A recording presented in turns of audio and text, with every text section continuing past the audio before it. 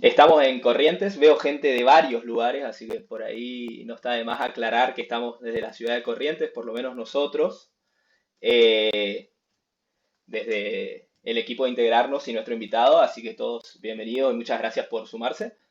Bueno, a ver, Marce, cuando te llamamos para sumarte a la conversación, me dijiste, no, yo voy a hablar de todo el fenómeno que se está dando con la fake news, la infodemia y tantas otras palabras nuevas que vemos, escuchamos por ahí. De hecho, el título de la conversación, según lo difundimos, es de la fake news a la infodemia, comunicación en tiempos de pandemia. Te salió en rima y Así es. todo.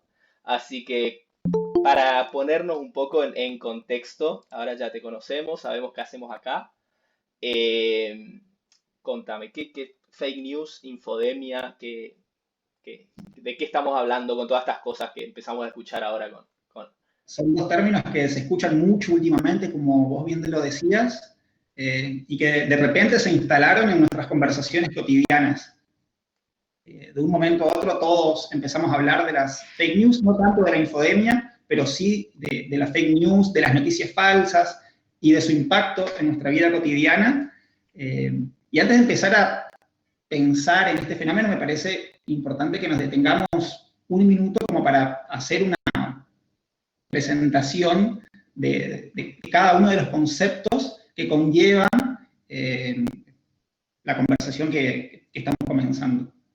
En primer lugar, es importante destacar que fake news, si bien hace referencia a noticias falsas, es más bien utilizado como noticias falsas con finalidad política. Es decir, yo difundo una noticia falsa con el objetivo de provocar daño a un funcionario o a un candidato a través de una operación política, mediática o digital.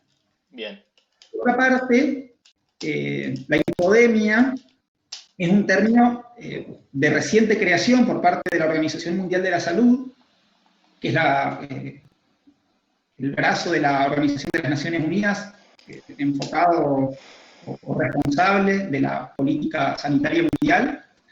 Y la infodemia hace referencia a la difusión de noticias falsas o noticias maliciosas, pero específicamente sobre la salud, y que conllevan un aumento en el pánico y en la angustia de la sociedad. Una sociedad que de por sí, por la situación estresante y única que se está viviendo, ya está en pánico y ya está angustiada. Un teórico de la comunicación argentino, muy reconocido en toda América Latina, que se llama Mario Riorda, nos dice, por ejemplo, respecto a la infodemia, que es una epidemia de mala información. Y me resulta muy ejemplificador su concepto, porque sintéticamente conceptualiza muy bien todo esto que nosotros estamos atravesando. La infodemia es una epidemia de mala información. Y realmente me parece que es el concepto con el que nos tenemos que quedar, porque es simple, sencillo, fácil de recordar, y es lo que define a todo este proceso que nosotros actualmente estamos viviendo. Bien, sí, termina, Sí, termina. decimos, No, te no, pregunto porque está... Termina.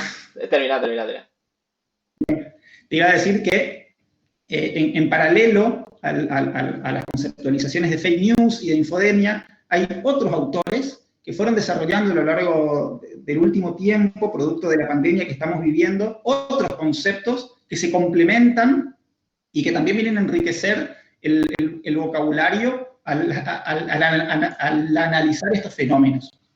Uno de ellos es el término false news, que lo desarrolló una teórica de la comunicación argentina que se llama Natalia Aruete, y que hace referencia a que son noticias falsas, pero ella las distingue de las fake news, más allá de que fake y false sean sinónimos en inglés. Ella distingue las false news de las fake news porque las false news no están hechas con mala intención. No hay una intencionalidad de dañar a algo o a alguien detrás de la difusión de las false news, sino simplemente hay una imprudencia por parte de los medios de comunicación, nos dice ella, por llenar vacíos de información, dando certezas que todavía la comunidad médica y científica no tiene confirmadas. pienso como para ejemplificarlo. Se nos dijo mucho que al inicio de la pandemia el virus no sobrevivía en climas cálidos. Esa noticia se impuso en la agenda, circuló por muchos ámbitos. Hay muchas personas que creen que cuando lleguen las altas temperaturas el virus va a desaparecer o al menos a mitigar su impacto. Y lo que el término justamente nos dice es, no es falso, es falso, no es así. Los medios simplemente recurren a estas informaciones falsas, pero no porque tengan la mala intención de informar a la comunidad, sino simplemente porque es tal la demanda de la ciudadanía sobre información respecto a la pandemia que estamos atravesando, que los medios caen en la imprudencia de decir cosas o mostrar cosas que no están corroboradas científicamente. Entonces me parece ser importante distinción entre fake news, noticias falsas con finalidad política, false news, noticias falsas, pero simplemente dadas para llenar vacíos de información, y por otra parte el concepto de infodemia, que es el que engloba todo esto, la difusión de noticias falsas, fundamentalmente enfocadas en temas de salud, que aumentan, como decía al principio, el pánico y la angustia de la sociedad. Bien, tengo una pregunta para hacerte en base a por ahí lo que estamos escuchando. A todos les recuerdo que en el canal de chat está abierto para preguntas, para hacer al final, que Alfred las va a ir organizando para que Marce nos las responda a medida de lo que va saliendo, ¿no? Pero hablamos de fake news que tienen una finalidad política o de daño hacia una figura, como decís. False news, que habla más de una irresponsabilidad a la hora de difundirla, ¿sí? Y la infodemia, que es la epidemia de la mala información. Creo que todos más o menos lo que estamos escuchando vemos reflejado en nuestro día a día estos términos, estos conceptos. Y por ahí estaría bueno saber tu opinión o algún aporte más en relación a que claramente esto demuestra, esta importancia que tiene la información hoy, demuestra la necesidad y las ansias de información que tenemos todos en este momento tan particular, ¿no? Porque creo que absolutamente a todos se nos vinieron a la cabeza ejemplos, situaciones que vimos por la tele y nos indignaron, o alguna información que entramos de cabeza, después nos dimos cuenta que eran falsas, o alguna información que es objetiva, pero te la cuentan desde un lado, poniéndole mucha intencionalidad. Entonces, ¿qué pasa, digamos, con esa necesidad voraz que tenemos de consumir información y de forma tan inmediata o de forma tan masiva, digamos? Justamente vos fuiste muy certero con la palabra que utilizaste, inmediata. Me parece que esa es la palabra que lo define absolutamente todo. Fundamentalmente la comunicación que se da a través de las redes sociales. Hoy por hoy, muchos periodistas, muchos medios, nosotros mismos, tenemos la voracidad por ir con la primicia. Y eso muchas veces nos hace caer en la torpeza de compartir información falsa, lo cual es sumamente grave. Hay muchos analistas de los medios de comunicación y de la comunicación como ciencia que sostienen que es muchas veces preferible perder la primicia antes que perder la credibilidad. Y me parece que eso es clave. Hoy por hoy no importa tanto llegar con la primicia al ciudadano, porque el ciudadano tarde o temprano se está por terminar enterando de eso sobre lo cual le queremos comunicar como medio de comunicación, sino importa que como medio de comunicación con una responsabilidad social brindemos información sensata, información certera, información previamente chequeada. Y ese me parece, hoy por hoy, es el principal rol que les cabe a los medios en la sociedad. Las redes sociales, lamentablemente, vinieron a dañar, por poner un término, la capacidad muchas veces de detención y de razonamiento a la que nos llamaban en su momento, 20 años atrás y antes, los medios de comunicación. Esta vorágine por saberlo todo, por estar al tanto de absolutamente todo en todo momento, sin ninguna duda genera daños y es sumamente perjudicial para la constitución de una opinión pública sensata y certera. Bien. Además, también ocurre, y es un fenómeno que se da mucho, sobre todo en Facebook, que hay gente que cree lo que ve en Facebook porque lo compartió un amigo en Facebook. Y esa es toda la certeza que nosotros tenemos. ¿Por qué? Porque tendemos a darle más credibilidad a lo que nos dice una persona de nuestro entorno y de nuestra confianza que lo que nos dice, por ejemplo, un funcionario público del área de salud o una institución o un organismo responsable de la ejecución de políticas públicas sanitarias. Y como decía, esto es sumamente perjudicial. Bien, y también lo que decías también me hacía acordar a las situaciones que se viven. Antes de pasar a la siguiente pregunta, digamos, más cambio de tema, para seguir hablando de esto, de los nuevos formatos, digamos, de noticia o estos términos nuevos que van apareciendo. La pregunta es, me acuerdo cuando salió el primer caso, sobre todo acá en Corrientes, cuando pasaron las situaciones que se dieron en la unidad penal, en la cárcel, acá en Corrientes también.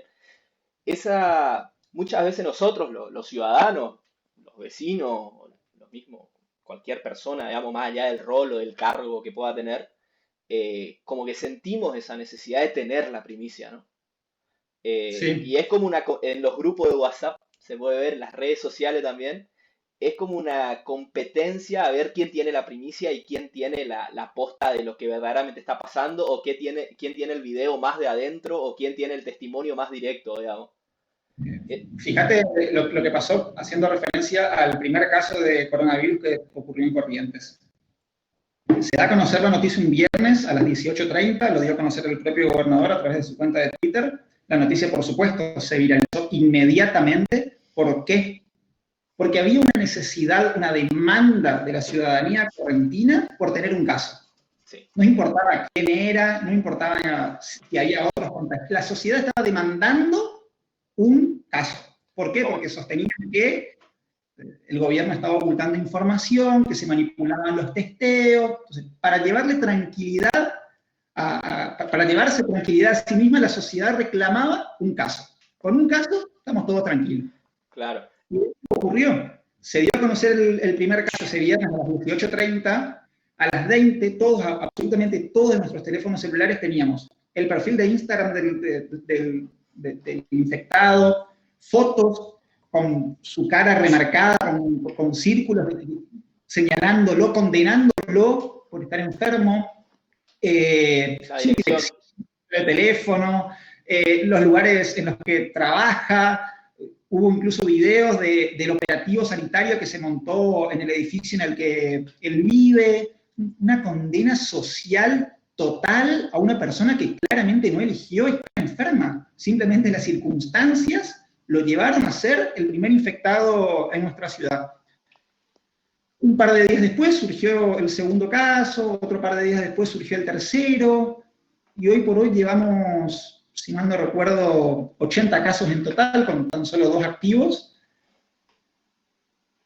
Y la paranoia de la sociedad pasó, y sobre el segundo caso ya no supimos nada, y sobre el tercero ya no supimos nada, y ahora si preguntás, seguramente muchos ni siquiera saben cuántos son los infectados en total o cuántos son los casos activos.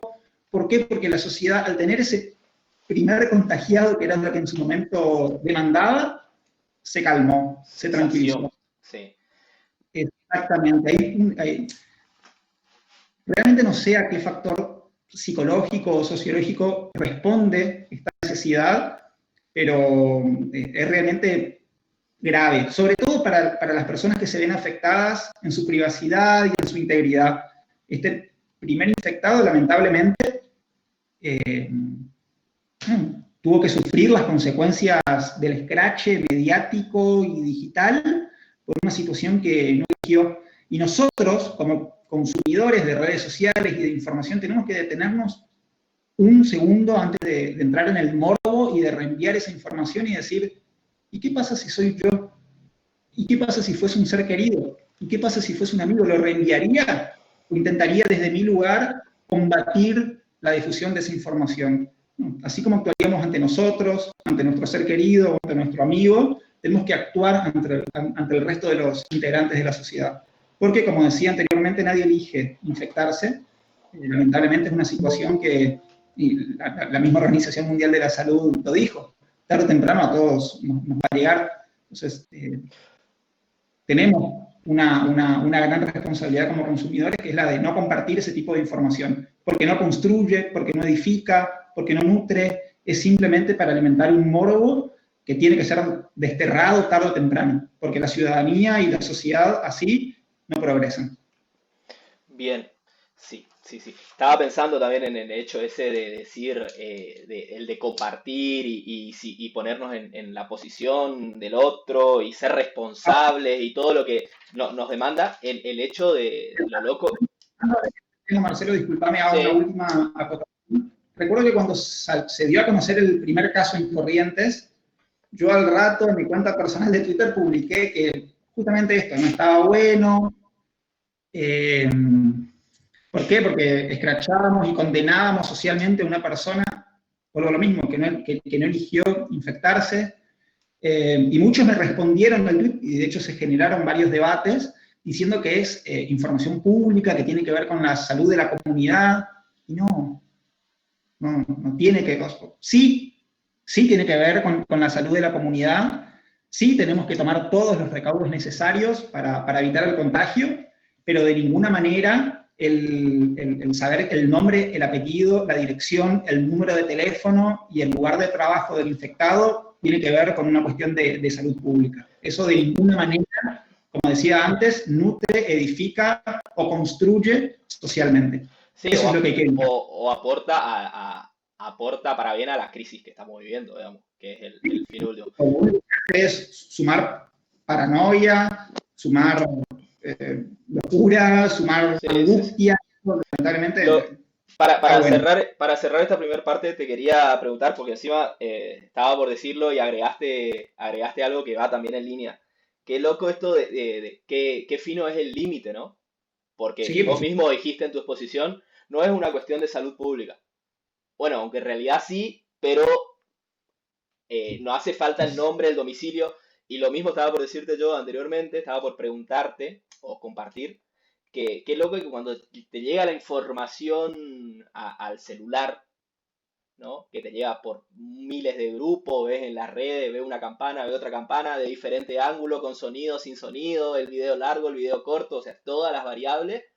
Qué fino que es el momento, porque la difusión está a un slide del dedo, digamos, a un clic, ¿no?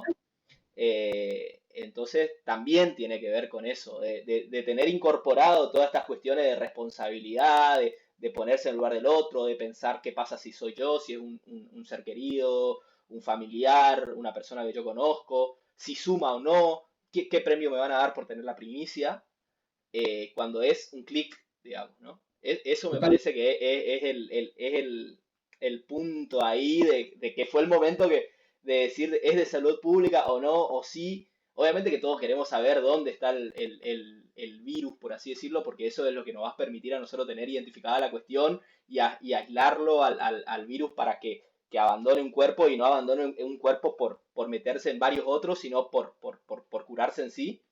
Pero bueno, después está la cuestión de la intimidad y el individuo, digamos, ¿no? Esa es una cuestión que les atañe pura y exclusivamente a A las las autoridades sanitarias. autoridades. Tal De cual, sí, nosotros no somos nadie para hacerlo, digamos. ninguna manera podemos ir contra la decisión que tome la autoridad sanitaria.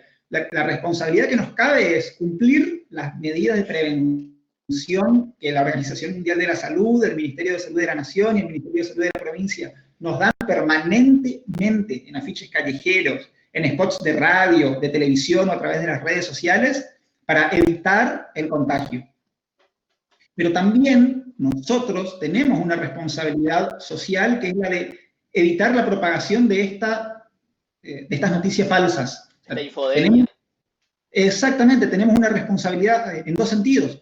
Evitar la propagación de la enfermedad y evitar la propagación de las noticias falsas. Y son dos realidades que conviven entre sí y que son importantes que todos las incorporemos, así como incorporamos hábitos de salud, de higiene diariamente, producto de todo esto que está ocurriendo, también tenemos que incorporar diariamente los hábitos de la doble lectura, del preguntarnos si está o no bueno compartir eso, qué intereses estoy afectando, a quién estoy perjudicando. Son preguntas que, sin ninguna duda, antes de hacer clic en el botón reenviar, nos tenemos que hacer, porque podemos estar afectando a la integridad o incluso a la salud de una persona.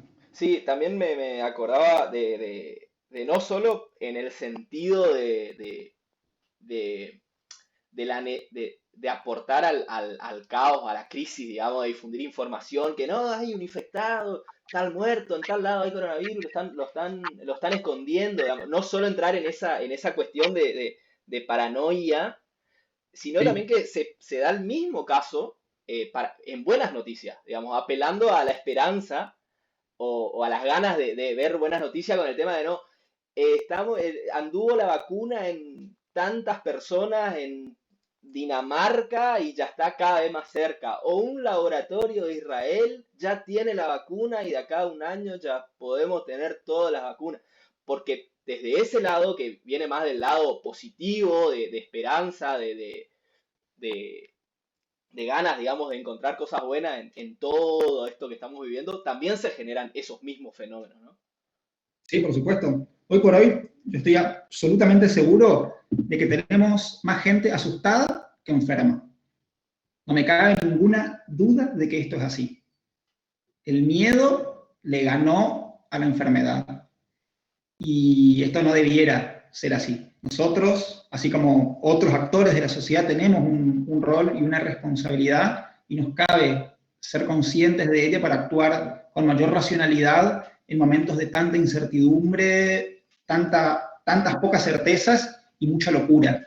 Esa me parece es la clave de todo esto. Bien, y para pasar a la segunda parte de la conversación, habiendo ya conocido un montón de términos nuevos y habiéndolos ubicados en los últimos 2 meses de que estamos viviendo, la pregunta es cómo impacta todos estos nuevos términos o estos nuevos hábitos, por más que ya estuvimos hablando, en nuestro día a día, digamos. O sea, yo por ejemplo, te cuento lo que me pasa a mí, como para poner un A ver, ejemplo. Yo me levanto y leo lo que antes era leer el diario, hoy es leer los diarios, digamos, ¿no? Muchas veces de la cama misma o mientras me preparo el mate, mientras desayuno, leo 4 diarios nacionales, 2 diarios locales y los 3 o 4 grandes medios internacionales que yo considero por ahí más serios. En media hora, 40 minutos, hago un repaso general, tengo ya más o menos los títulos y voy marcando las notas para en el momento del día leerlas las que me interesan en profundidad, digamos. Eso es un hábito que tengo yo, pero porque siempre lo tuve, ¿no? Eh, pero ¿cómo impacta todo este exceso de información buena, mala, falsa, con intencionalidad, que apuntan al miedo, que apuntan a la esperanza, que apuntan a la economía, que apuntan a la salud, que apuntan a la política, con todo el universo de información que recibimos permanentemente en el bolsillo? ¿Cómo impacta eso en nuestra vida, digamos? ¿O cómo se vive con eso? un dato No sé muy si tendrá curioso la es respuesta, que, ¿no? Me parece muy profunda, pero hablemos de eso. claro, un dato muy curioso que nos deja esta situación que estamos viviendo es que, aunque parezca mentira, lo- eh, eh, aumentó el consumo de medios tradicionales, fundamentalmente de televisión y de radio. Tanto la televisión como la radio aumentaron sus encendidos. Hay un mayor porcentaje de personas viendo la televisión o escuchando la radio porque entienden que ese es el espacio por excelencia para encontrar racionalidad en el discurso público. Después podremos discutir si la racionalidad existe o no en la televisión y la radio, que es otro tema de Otra discusión. discusión, pero también a los medios tradicionales porque entiende que ahí va a encontrar información previamente chequeada, información verificada, e información certera, que es la que no está encontrando hoy por hoy en las redes sociales y en las conversaciones con las personas que nos rodean. Y me parece que ese es el rol que les cabe a los medios de comunicación, que si tienen la inteligencia suficiente como para reconvertirse producto de la pandemia, van a aprender a llevar sensatez y a ofrecer seriedad con el discurso. Y a darse cuenta de que muchas veces, como sostienen muchos teóricos del periodismo y de la comunicación, es mejor perder la primicia antes que perder la confianza y la credibilidad de nuestro consumidor. ¿Vos crees Hay que que contrastar, hay que exponer matices, hay que desconcentrar la agenda, eso me parece es otro tema importante que los medios de comunicación deben discutir, porque en la sociedad, si bien hoy por hoy el tema por excelencia es el de la pandemia, no solamente ocurre pandemia, hay otros hechos y fenómenos que de a poco están metiéndose en la agenda de los medios y en la conversación pública. Si nos retrotraemos, por hacer una referencia simplemente a la cuestión de la pandemia, el 20 de marzo, que fue el primer día en el que nosotros como Argentina empezamos nuestro aislamiento social y obligatorio, y a lo largo de los siguientes días, el 100% de la agenda estuvo concentrada, digo bien, en la cuarentena. Y era solamente la cuarentena, y no se hablaba de otra cosa que no fuera la cuarentena. Luego, con el correr de los días, la agenda de los medios empezó a mutar. Fueron muy lentamente, pero lo fueron haciendo. Y de repente empezamos a ver en los medios de comunicación que se hablaba, por ejemplo, de las consecuencias psicológicas del encierro, cómo afecta la educación virtual a los niños, a las niñas y a los adolescentes, cuáles son las consecuencias económicas del aislamiento social, cómo se construyen, se fortalecen o se debilitan ciertos liderazgos que hasta antes del desatamiento de la pandemia nosotros dábamos por hecho. Y me parece que de a poquito, insisto, los medios van desconcentrando su agenda y se empiezan a detener en estas otras cuestiones, que tienen como eje troncal a la pandemia, pero que no son la pandemia en sí misma. Se empezó a salir muy lentamente de esa locura en la que estábamos al principio, en el que hacíamos un seguimiento en tiempo real de la evolución del virus. de la curva? Che, Marce, y Como el 24 de diciembre hay muchos medios, muchas redes sociales que nos ofrecen seguir en tiempo real las 0 horas. Hasta el momento en que llega a nuestra casa. Así ocurría antes con los medios. El virus está cada vez más cerca, el virus acecha, estamos a tanta cantidad de kilómetros de distancia de un contagiado, y eso lo único que hace es generar paranoia, aumentar el miedo, incrementar el temor, y es justamente lo que los medios no tienen que hacer. Pero bueno, esa ya es una responsabilidad que les cabe a los propietarios de medios y a los periodistas, que tienen un rol social muy importante en este contexto. Marce, te hago una pregunta para volver al tema, vamos a después interiorizar aún más en medios específicamente, pero te traigo un poco al tema del hábito del consumo de información. ¿Qué lees? ¿Cuánto tiempo al día le dedicás a informarte? ¿Qué lees? ¿Qué escuchás? ¿Qué mirás? Eh, ¿Qué te gusta? ¿Qué no te gusta? A mí lo que me pasa, por ejemplo, es que estoy siguiendo un montón de gente que encontré, sobre todo en Twitter, que yo soy usuario de Twitter, me gusta mucho. Encontré un montón de gente especialista, desde periodistas especializados en ciencia, que siempre son los del sábado a la mañana o el domingo a la mañana temprana en el canal, ahora están teniendo una preponderancia, o personas que tienen la capacidad de comunicar bien, comunican ameno, comunican certero y que tienen fuentes, o sea, por lo menos lo que me pasa a mí es que los leo y veo que no le erran mucho a lo que pasa, entonces me aferro a eso. Eso es lo que me pasa a mí, además de los medios tradicionales, ¿no? ¿Cuál es tu hábito con eso? Bien, yo en primer lugar televisor en mi casa no tengo, desde hace 3 años que vivo solo y nunca me motivó a comprar un televisor, así que no me informo con la televisión, pero sí con los diarios digitales y con la radio. De los medios locales soy muy crítico, independientemente del soporte en el que comuniquen.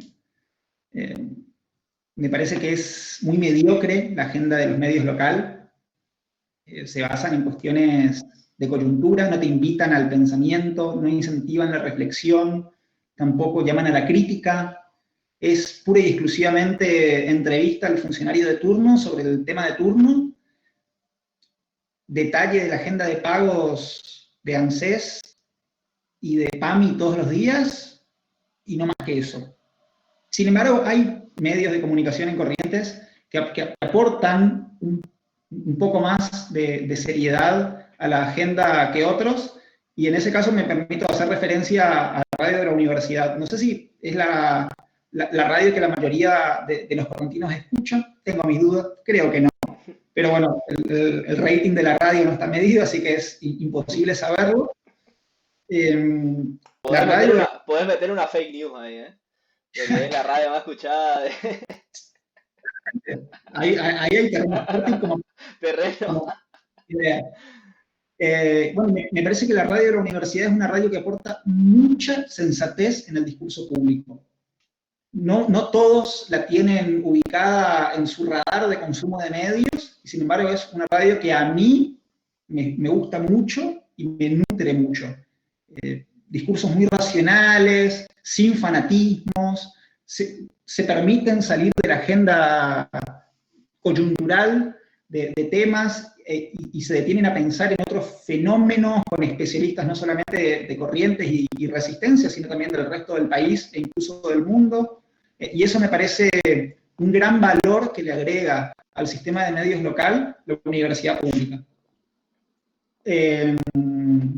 Luego, lamentablemente, todos términos generales caen exactamente en la misma agenda. Y luego de los diarios locales, leo El Litoral, pero tampoco lo veo mucho, es entrar, mirar los titulares, profundizar en alguna nota que llame mi atención, pero en términos generales no profundizo en la lectura de diarios locales, tampoco de portales, porque muchos además toman las noticias que generan los diarios o incluso medios de Buenos Aires, y en esos casos prefiero ir a las fuentes. Yo leo mucho La Nación es mi diario de cabecera, El País de España y The New York Times en su versión en español. Esos son los tres diarios de referencia que tengo, a los que sigo, a los que leo. Me parecen los más racionales, los más equilibrados, los más coherentes consigo mismos. Y eso es lo que yo al momento de consumir medios busco. Y después, por supuesto, gracias a Twitter o gracias a la recomendación de amigos o de colegas, accedo a artículos de opinión o crónicas o informes a los que de otra forma no accedería. Hay muchos sitios muy interesantes, la revista Anfibia, por ejemplo, es uno de ellos. El Gato y la Caja es otro, si nos interesan temas de ciencia y de salud o de astronomía, por ejemplo. De manera muy buena comunican temas que no están por lo general en nuestro radar habitual de temas de interés o de preocupación. Me gustan mucho las secciones literarias, yo leo mucho literatura, así que leo mucho sobre crítica literaria en La Nación y en El País de España, fundamentalmente. Me gusta estar informado sobre eso, pero más que el consumo de noticias de todos los días, a mí me gusta mucho leer artículos de opinión o informes especiales. Bien. Otro medio también que puedo aportar como consumidor de Gato y la Caja, de Anfibia, también está Redacción, por ejemplo, es muy bueno. Que me invite fundamentalmente a la reflexión, que me interpele, que me haga dudar de mis propias creencias. Yo no quiero convencerme cada día más de aquello de lo que ya estoy convencido, no, todo lo contrario. Necesito que me discutan, que me debatan, que me contrapongan argumentos. Esa me parece es la búsqueda que yo hago al consumir los medios. Y la pregunta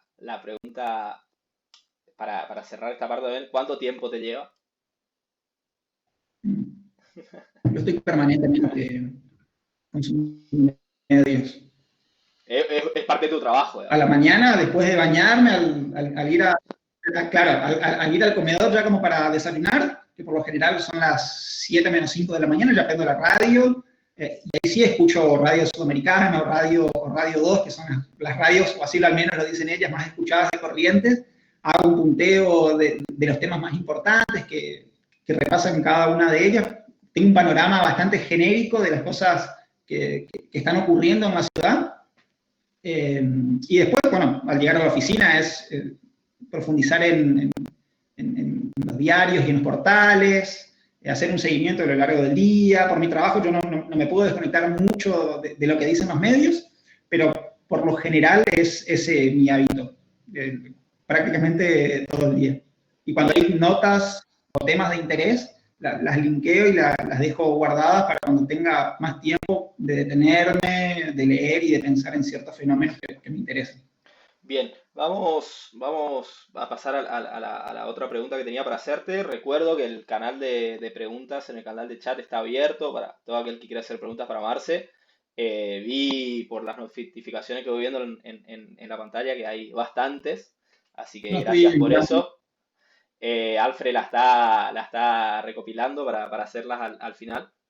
Eh, te quería preguntar eh, por esta cuestión que hablamos de los medios. sí, eh, Ahora, en base a la conversación, me surgió otra, así que voy a hacerte una pregunta que me surgió ahora y después vamos a dejar otra para después, que era la pregunta original. Pero los medios locales, ¿sí? ¿Por qué manifestás o cuáles crees que son, o si querés profundizar en esa crítica de que no tienen agenda o esa visión que tenés de que no tienen agenda, de que no tienen diversidad?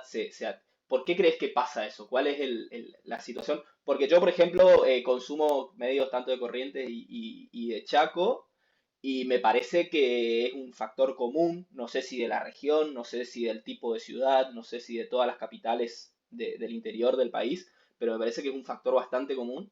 Y sí veo mucha nota repetida sí. entre los diarios, o veo títulos rimbombantes, y cuando entras, medio párrafo de noticia. O sea, ¿qué pasa ahí? Hay muchos fenómenos que se concatenan entre sí, que se necesitan mutuamente para poder coexistir.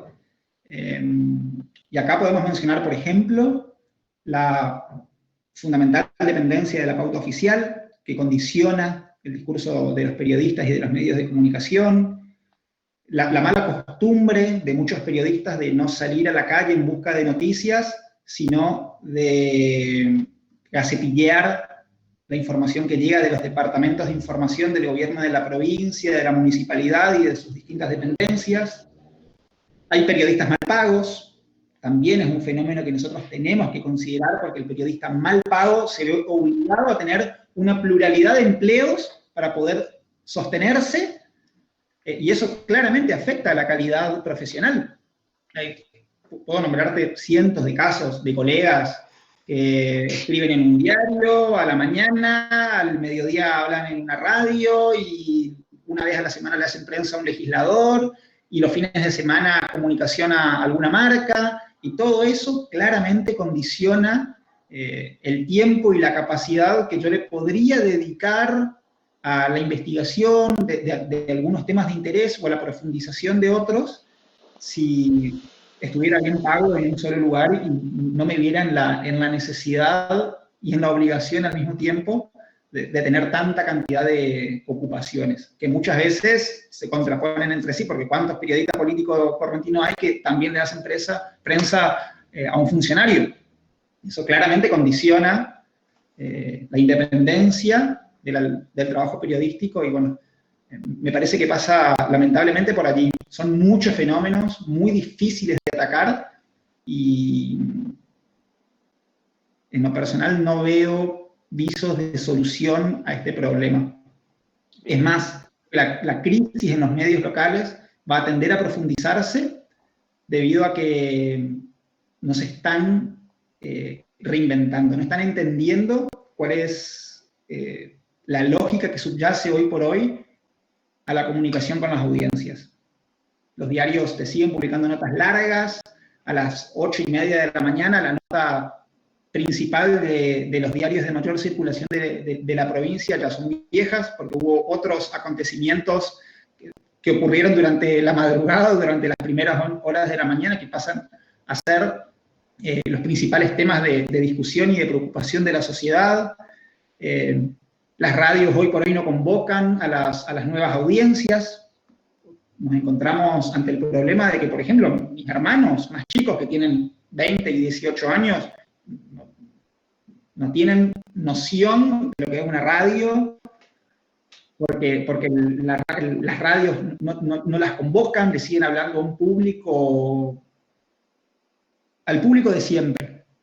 Y no se dan cuenta que las nuevas generaciones son cada vez más grandes en cuanto a las franjas de la sociedad que van ocupando, y a esa porción de la población que tarde o temprano va a ser la mayoritaria, hay que hablarle, y hoy no se le está hablando. No se los está convocando porque los contenidos no son atractivos, porque seguimos pensando con lógicas del siglo XX, fenómenos del siglo XXI. Es muy grave la situación. Bien. Creo que es más grave de lo que los medios locales muchas veces se detienen sí. Bien, bueno, y pasando a la otra pregunta que te quería hacer, a nivel, digamos, pandemia, bueno, la palabra lo dice, ¿no? Pandemia es algo mundial. A nivel Sí. comunicación, el rol clave que está teniendo la comunicación en esta situación, cómo lo estamos viviendo nosotros, digamos, yo no sé si, la verdad que no viví otra, digamos, pero por lo que estuve investigando, eh, es la primera pandemia en la que estamos en cuarentena con tanta información cerca, digamos. Calculo que en pandemias anteriores era esperar que salga el diario una vez al día y consumir lo que decía el diario, más lo que uno veía de la ventana de su casa y listo, digamos. ¿Qué nos deja esta pandemia como enseñanza o aprendizaje, o no sé si enseñanza o aprendizaje, pero por lo menos qué nos pone sobre la mesa en términos de comunicación, medios, acceso a la información, consumo de los usuarios a nivel mundial, ¿no? Así, a nivel fenómeno. Bueno, en primer lugar nos llama sin ninguna duda a ser más conscientes de lo que consumimos, más responsables con lo que compartimos, pero me parece que la importancia pasa por darse cuenta de que a la pandemia solamente se la enfrenta con hechos corroborados y con datos certeros. De ninguna manera se la enfrenta con mitos ni con mentiras. Creo que desintegrar los mitos que están circulando actualmente en la sociedad es, de alguna manera, contribuir a la erradicación de la pandemia. Por lo tanto, el rol que nos cabe a nosotros como comunicadores y como consumidores, sumamente importante. Pues tenemos que ser conscientes de que el fenómeno de las noticias falsas y de la infodemia contribuye a que la paranoia y los temores de una sociedad de por sí paranoica y temerosa sea mayor aún. Y así como el coronavirus está en el centro de la agenda de los medios, hoy por hoy acaparando títulos y minutos de aire, también acapara las vidas. Y si nosotros desde nuestro lugar no contribuimos con información de calidad o información certera, o simplemente no compartiendo información falsa, estamos lamentablemente contribuyendo a que este fenómeno se profundice. Bien, ¿y qué ves en la comparativa con otros países de cómo lo estamos viviendo en Argentina y cómo lo viven en otros lados, por ejemplo? O sea, hoy, por ejemplo, hoy o ayer o anteayer, ya ni me acuerdo, vi algo que me llamó muchísimo la atención, más allá de la cuestión partidaria o no, digamos. El diario, por ejemplo, Folha de San Pablo, el diario más importante de Brasil, lo sacó en la tapa a Bolsonaro, con una foto de Bolsonaro con la banda y el bastón, y decía algo así como el mejor presidente que podemos tener, y entre paréntesis abajo, a pedido de él, digamos, porque había sido que en la campaña le había dicho, yo voy a ser un gran presidente, y el día que Folla me saquen la tapa diciendo que soy bueno es porque soy malo, digamos. Entonces, como le devolvieron el favor, en base a lo que está pasando en Brasil, y me llamó mucho la atención esa cuestión de decir que los medios jueguen, no sé si jueguen, digamos, pero que se manejen así, digamos. Eh, ¿qué ves en el mundo? ¿Qué ves en Argentina de este tipo así de cuestiones? Bueno, está la tapa del New York Times también, que fue tendencia en estos días. Eh, ¿qué ves? Bueno, acá fue, creo que lo más novedoso fue el día que todos los diarios se pusieron de acuerdo en sacar una tapa, todos juntos, y no sé si hubo algo más. Eh, a ver. No, iba a decir simplemente que la pandemia del coronavirus no reconoce fronteras y vemos que de la misma manera líderes populistas de derecha y de izquierda, si no son racionales, si no se ubican en tiempo y espacio, no toman dimensión del problema que estamos atravesando y no se dejan asesorar por expertos, la situación puede ser más grave aún. Y como para complacer ideológicamente a todos, digo, el caso de Trump es hoy por hoy paradigmático, pero también unos kilómetros abajo de los Estados Unidos, en México, la situación es difícil. Y esto se debe a que están tan convencidos estos líderes de lo que están haciendo, muchas veces divorciados de la realidad, que lo único que hacen es tomar malas decisiones que afectan a la salud de los países, en estos casos, que están administrando. Es sumamente grave, incluso más grave de lo que muchas veces nosotros podemos dimensionar. En la cátedra en la que estoy en la facultad, hemos dado cómo la censura del régimen chino, por ejemplo, facilitó, si es que facilitó, la propagación del coronavirus. Y trazamos una relación entre índice de libertad de expresión, entre acceso a la información y consecuencias que ello conlleva en este contexto de pandemia. Y realmente hay muchísimos ejemplos, aunque todavía la verdad no está dilucidada, que dan cuenta de que cuanto más totalitario o extremista sea el gobierno,